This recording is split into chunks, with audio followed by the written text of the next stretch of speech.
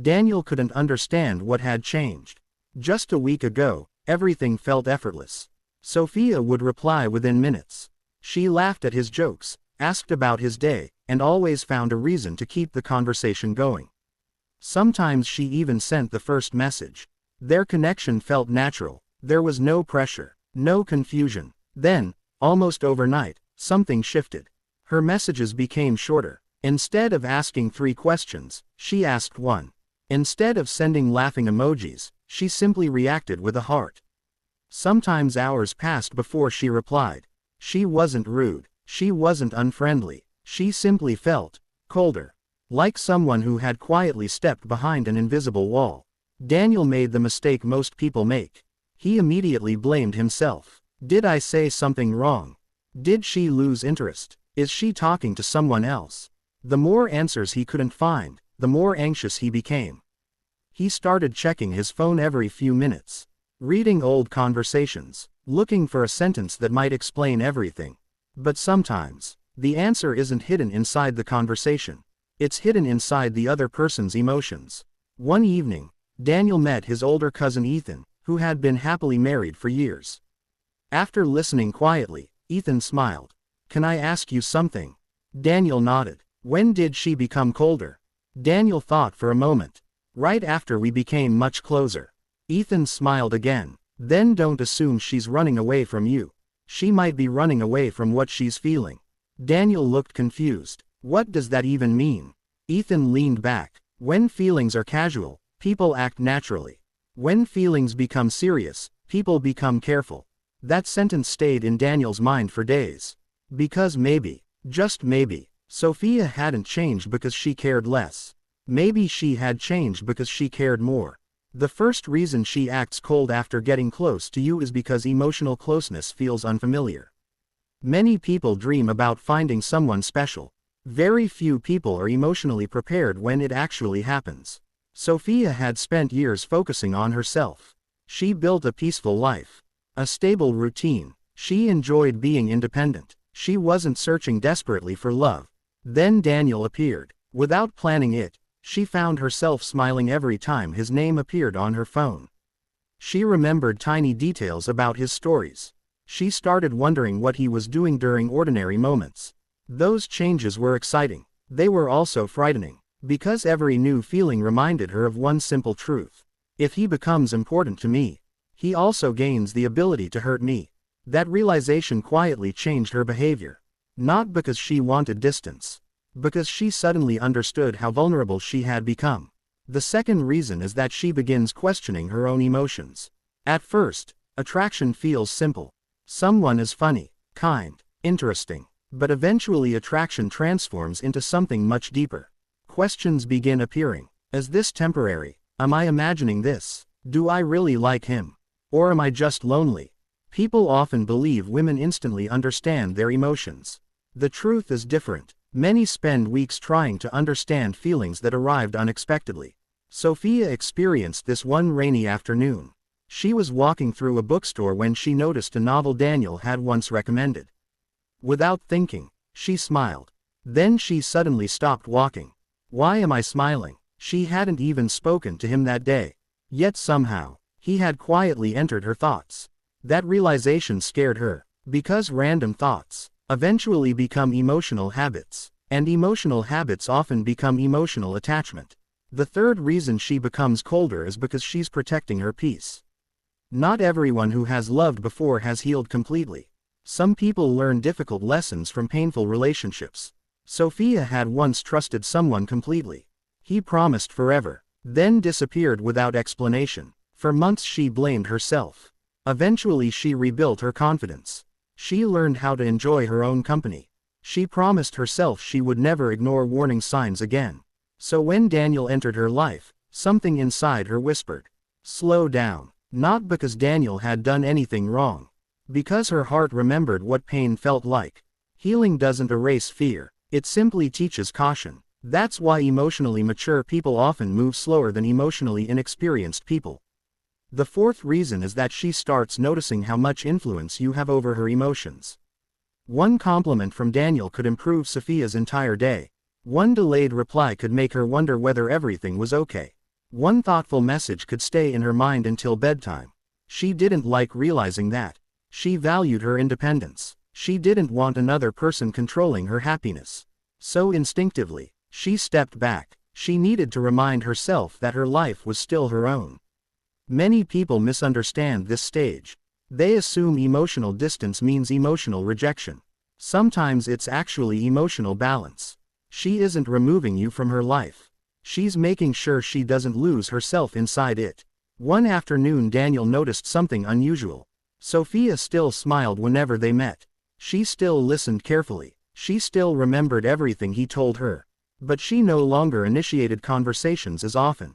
Her effort looked different, smaller, more controlled. Daniel interpreted it as fading interest. In reality, Sophia was testing herself. Could she spend one evening without texting him first? Could she stop checking her phone every 10 minutes? Could she regain the emotional balance she felt was slowly disappearing? The answer surprised her. She couldn't. No matter how hard she tried. Her thoughts kept returning to him. The fifth reason she acts cold is because she wants to see how you react when things become uncertain. Anyone can be charming when everything feels easy. Real character appears when certainty disappears. Sophia wasn't creating games. She was quietly observing. If she became busy for one day, would Daniel become angry? Would he accuse her of losing interest? Would he pressure her for reassurance? Or would he remain calm, patient, respectful? Your response during uncertainty often reveals more than your behavior during happiness. That's why emotionally intelligent women pay close attention during moments of distance. Not because they enjoy confusion. Because they value emotional safety. One evening Daniel almost sent 5 messages in a row asking if everything was okay. His finger hovered over the screen. Then he remembered Ethan's advice. If she needs space, don't chase fear with more fear. So instead, he simply sent one message. I hope your day went well. No pressure to reply. Take care. Then he put his phone away. He had no idea. That single decision was about to change everything. Sophia read Daniel's message 3 times before putting her phone down. I hope your day went well. No pressure to reply. Take care. There was no guilt, no frustration, no desperate questions, just kindness. She smiled without realizing it. For the first time in days, the pressure inside her chest became lighter. Most people believe chasing harder creates stronger attraction. In reality, emotional safety often creates a much deeper connection than emotional pressure ever could. Daniel had unknowingly done something important. He showed Sophia that he respected her space. And respect is one of the strongest foundations of trust. The following morning, Sophia woke up earlier than usual. She reached for her phone. For several seconds, she simply looked at Daniel's name. She wanted to reply immediately. Then she laughed quietly. Why am I overthinking a simple message? Because it wasn't just a message anymore. It came from someone whose opinion had quietly become important. That afternoon she finally replied. Yesterday was a little overwhelming. Thank you for understanding. Daniel answered only a few minutes later. I'm glad you're okay. Nothing more, nothing less. No interrogation. No complaints. That response surprised her even more. She had expected him to ask where she had been. Instead, he chose peace over pressure. That single decision made her feel safer than dozens of romantic compliments ever could. Sometimes love grows strongest in ordinary moments. Not during dramatic confessions, but during quiet acts of understanding. Over the next week, Daniel noticed another change. Sophia still wasn't exactly like she had been in the beginning. But the coldness slowly disappeared. She started laughing more. She shared small stories about her day again. She even sent him a picture of a sunset she knew he would like. The wall between them hadn't disappeared overnight. It was slowly becoming a bridge. One evening they met at their favorite cafe. As they talked, Daniel finally asked the question that had been on his mind for weeks. Can I ask you something honestly? Sophia nodded. You became distant for a while. She looked down at her coffee. I know. I thought maybe you didn't want me around anymore. Sophia shook her head almost immediately. It was the opposite. Daniel looked confused. The opposite. She smiled sadly. I liked you more than I was ready to admit.